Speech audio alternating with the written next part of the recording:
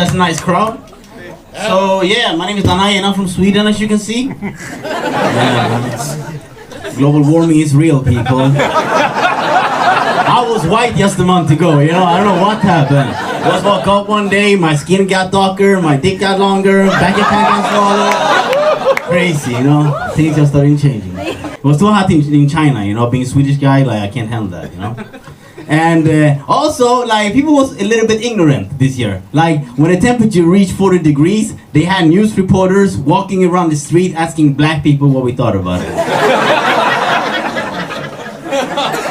Like we have some kind of expert opinion about the matter, you know? Like, they probably invited some African to the news studio, you know, to comment on the heat. Like, give us your expert opinion, Mr. Mutungu. You're sitting there in the white professor robe and be like, today is like Nigerian heat, you know, it's very sticky. It makes your elbows very, very dry. Very, very dry. Very dry. It's not good heat. It's not like Burundi heat, you know. You're like, oh, that doesn't make sense, Mr. Mutungu. Let's go over to our other correspondent, Mr. Shakalele. What does your Negro sense say about today's hot weather? Black people got dry elbows, you know. I have to dip my elbows in lotions every day, you know. You can actually judge a person's blackness by the whiteness of his elbows. The blacker people are, the ashier their elbows. And like, no one thinks about the problem, you know? You go to a store, you find lotions for hands, feet, faces, you know? Even the inside of your butt cheeks, you know? Not the elbows.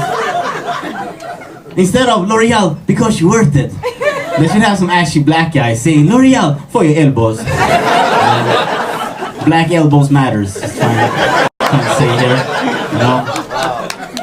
So like, I went to Korea, and like in the hostel that I lived at, I had like a map over Seoul and all the places you can eat dog in Korea, you know? I thought like eating dog, I thought it was like a Chinese thing before I came here, you know? But like, when I came out, I realized like Chinese people don't eat dogs, you know? Chinese people treat their dogs like little humans. I never seen anyone dress their dogs like they do here, you know? Some of these dogs have like a better sense of fashion than their owners, you know? I'm like, who are you wearing, you know? I want to rob this dog sometime, you know? You want to see me walk around with dog clothes, you know?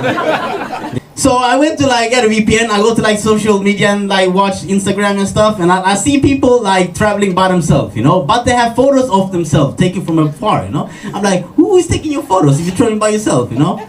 You have like a personal photographer or something, you know? Like me, like I've been in China for like 2.5 years and I have like 10 photos of myself, you know?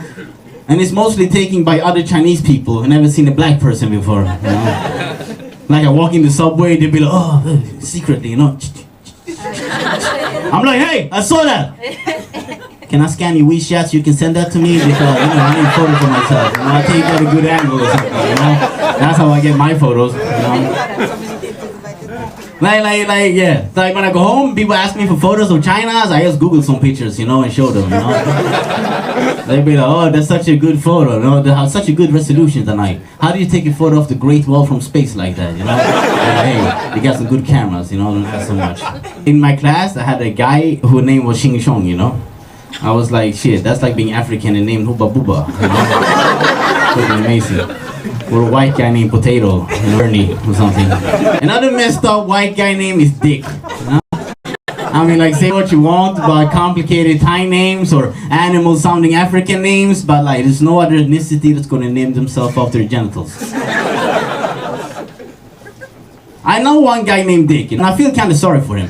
Because it's not like he was born in the 60s or something when all white people were dicks. How do you come up with naming your kid Dick anyways? You know, they have some kind of dilemma like, hey honey, Ernie, what should we choose? Ass, tits, or dick? You know? So like, apparently Dick is a Dutch name. And like besides Dick, Cock is also a very common Dutch name.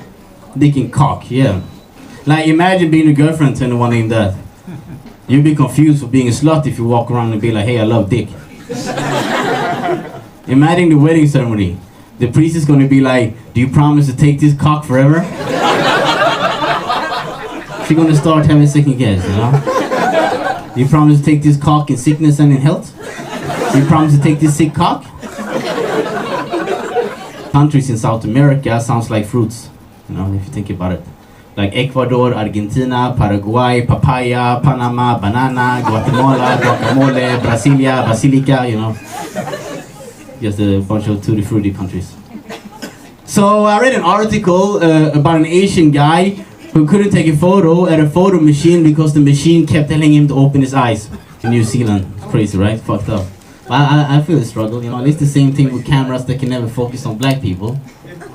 I look blurry on all my pictures. Every time I take a photo, I come out blurry, you know. But it could be a white guy in the same photo, 2 kilometers away, jumping bungee jump. So I come out the perfect definition, you know.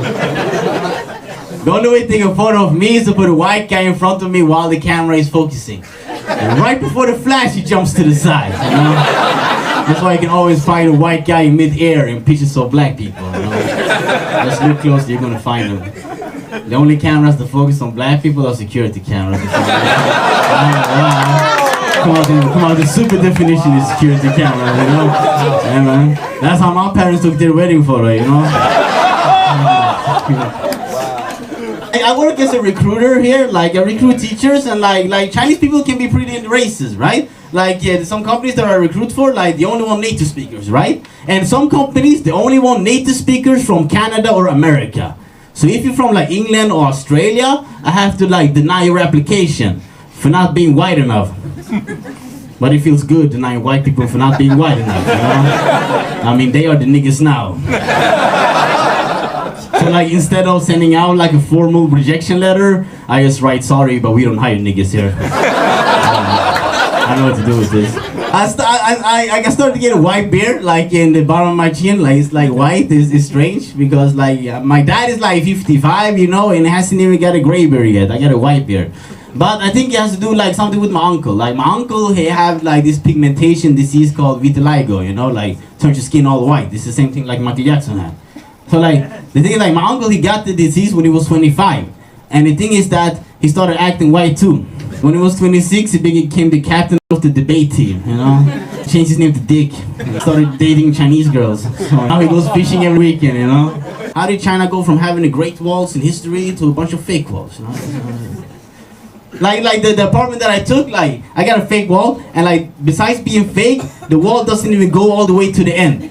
It's like a 2-centimeter crack in the end, you know? And my roommates like to stick in his fingers and wave to me every morning, you know? Messed up. Every time I tell people I'm from Sweden, you know, people question the fact that I'm black. Which makes me sometimes to reply, but I'm from the south of Sweden, you know? And people just accept that answer. No one ever questioned it, you know, like south of Sweden is supposed to be under the equator and a border to Nigeria or something, you know?